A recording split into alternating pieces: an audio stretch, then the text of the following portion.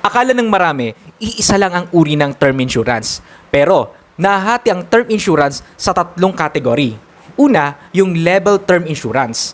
Pangalawa, yung increasing term insurance. At yung huli, decreasing term insurance. Yung level term insurance, ito yung parehong bayad at parehas din ang coverage. Kumbaga, walang nagbabago sa coverage niya at doon sa binabayaran niya. Yung increasing term insurance naman ay tumataas ang coverage as well as tumataas din ang premium o hinuhulugan mo. Ginagamit ito para masabayan ang inflation rate at yung pagtaas din ng needs mo. Yung decreasing term insurance naman ay bumababa ang coverage mo as well as bumababa din ang hinuhulugan mo. Ginagamit ito bilang protection sa mga loans mo. Kasi syempre, habang binabayaran mo yung kautangan mo, o yung mga loans mo, bumababa din ang kailangan mo na protection. Between level term insurance, increasing term insurance, at decreasing term insurance, walang best sa tatlo na yan.